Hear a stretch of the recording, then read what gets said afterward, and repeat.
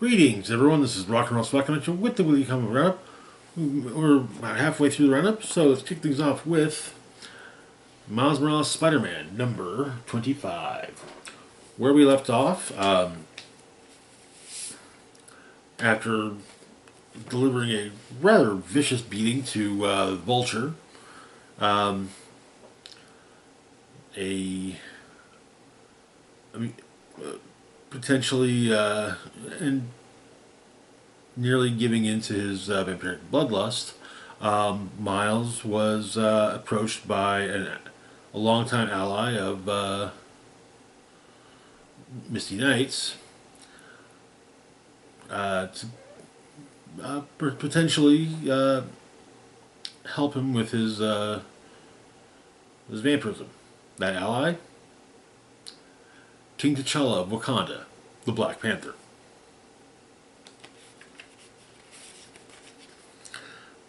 So, basically, Black Panther has a potential. Black Panther basically, says, "Hey, let's see a few things and let's see how bad, let's gauge things, including T'Challa cutting his arm and making make so that the blood will be blood will be Miles will be exposed to blood. So, but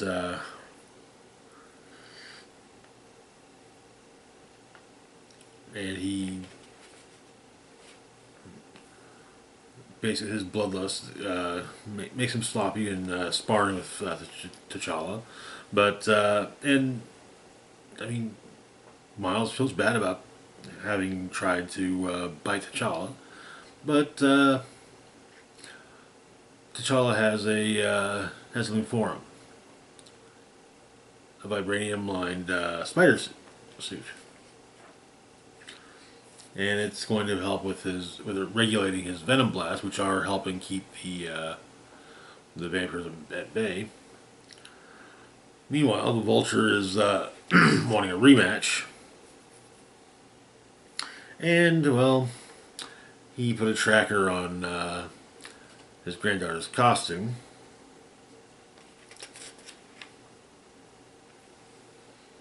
and he attacks.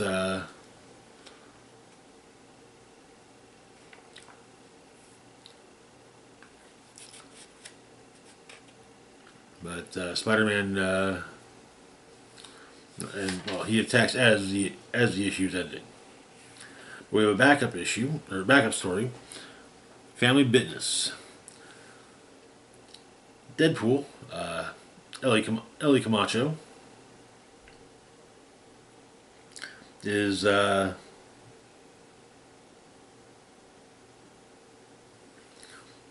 performing a contract, and runs afoul of Deadpool. But of course, Ellie never works alone. Taskmaster shows up, and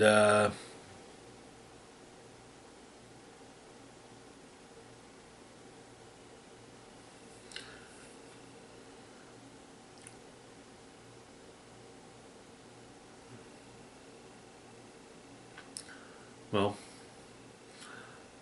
now Miles has met Deadpool, a Deadpool at least, and also Ellie was pretty stoked to meet Spidey, but Spider-Man's got Deadpool and Daughters LLC card, but that is where the issue ends. But fun backup story. I dig the. Actually, I really dig the vibranium armor. I should probably show how it looked.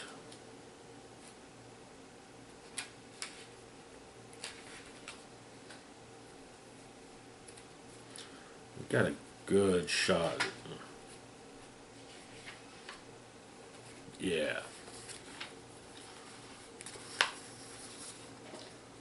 So that's Miles' new Vibranium Duds, and I dig it. I dig it. It's still very much the the Miles Spider-Man costume, but also it's not. It doesn't feel as different as the new costume was introduced in the Solid Ahmed run. Moving on though to our next book, we've got the Spectacular Spider-Man #8. Where we left off, Arcade and Metallo's Imaginarium had been, or Arcadium had been foiled, but everyone, everyone who was in it has, well, they're having to deal with stuff. And so, and also the fact that Miles Warren murdered his brother, and everyone knew his brother. Also, Shift has taken the Jackal clones and the Vermin clones and help them join a community of unhoused people in the sewers. Potentially speaking, it seems like Arcadium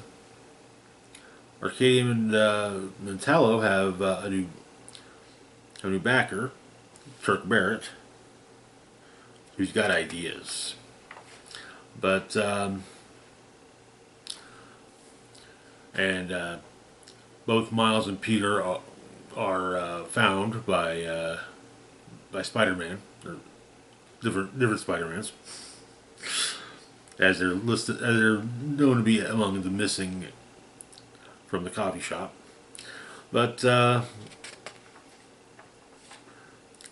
the coffee shop, it suggested that maybe everyone could have a group therapy, could do group therapy, and so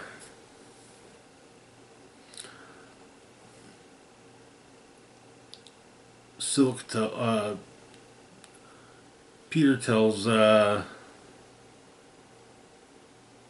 asks Silk for a recommendation for a therapist, and the therapist, Dr. Sierra Sinclair, um, go through this, but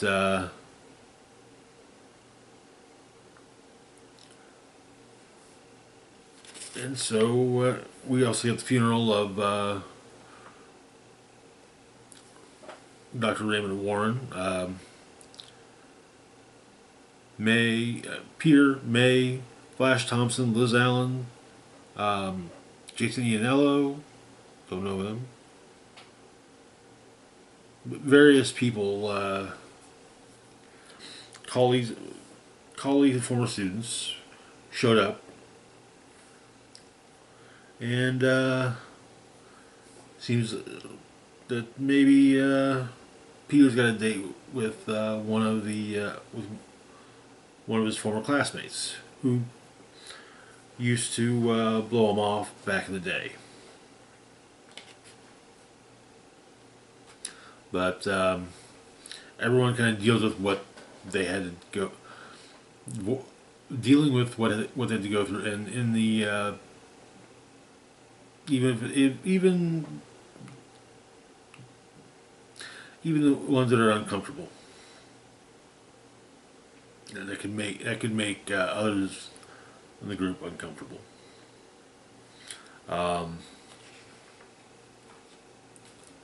Also,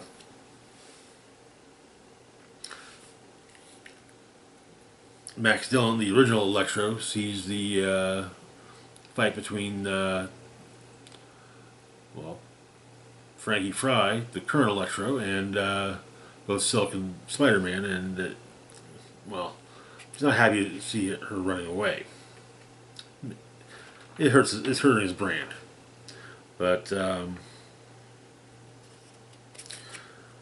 basically with the group therapy, that they talk and they support one another, and the pain starts to ease.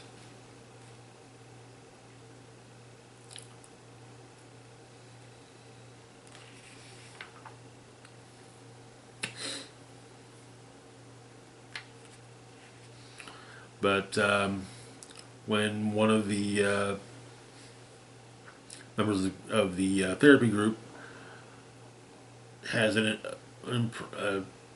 moment, basically has an opportunity to ask out the woman that she's been crushing on, and well, she thought that this woman thought she was invisible. When she vocalizes that, she actually turns invisible.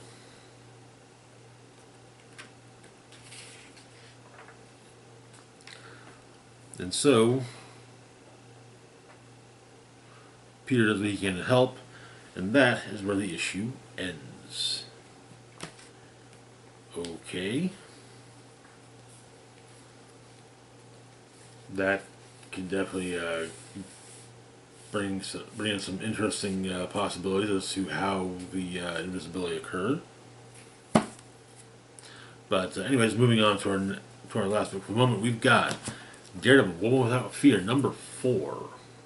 Where we left off, while in Madripoor, Daredevil, Elektra, was looking into her missing ward, whom she thought had been kidnapped by the Magia, and she had run afoul of Joe Garrison, the current Punisher, and Garrison. Well, she had been tasked with killing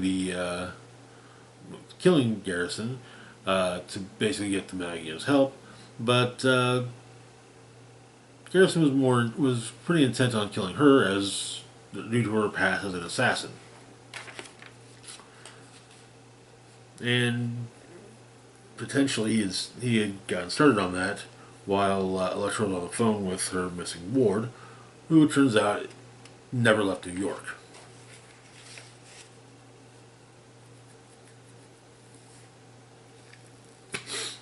But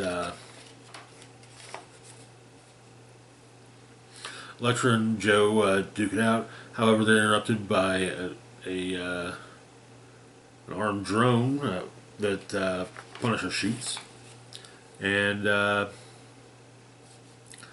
so Silvermane and Count Nefaria order the various goons they've got on hand to go out and try and kill Elektra and Punisher.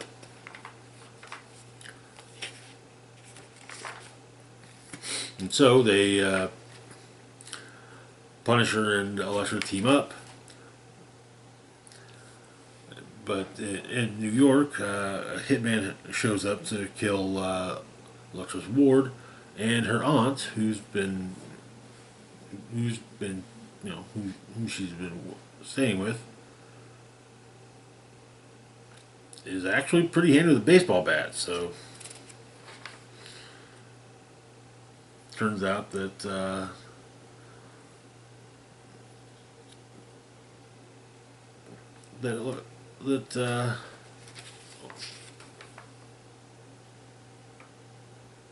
Alice is fairly safe with her aunt, but Joe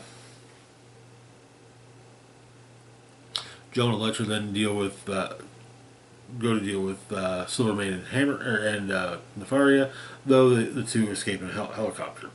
But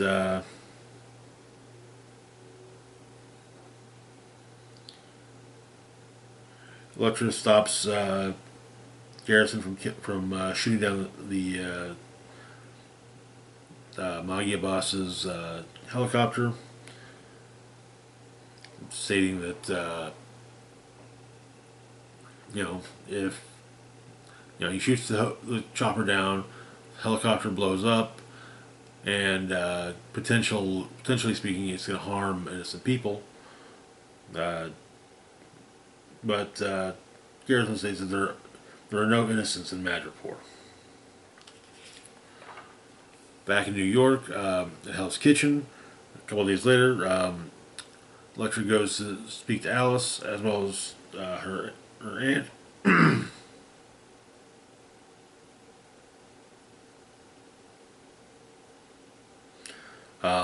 Apparently, though, yeah, as per her Alice's parents' will, Aunt Carol is her legal guardian,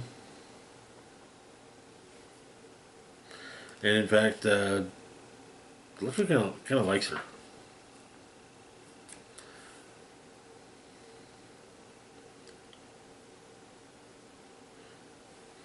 And basically, but just because Elektra likes Aunt Carol doesn't mean that she's above basically threatening her, but not with death. Basically, she tells Carol to be good to Alice, or well, Elektra knows a very good lawyer, and so while at least at the moment, Elektra laments the fact that Alice is probably no longer in her life. Well, things are probably she's probably in a better situation than she was with Elektra. But anyways, that's going to do it for now. Or that is where the series ends. That will do it for now. As always, feel free to like, share, and subscribe.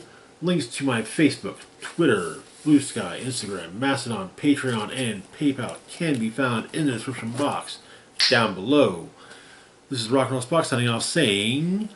Oh. Lest I forget.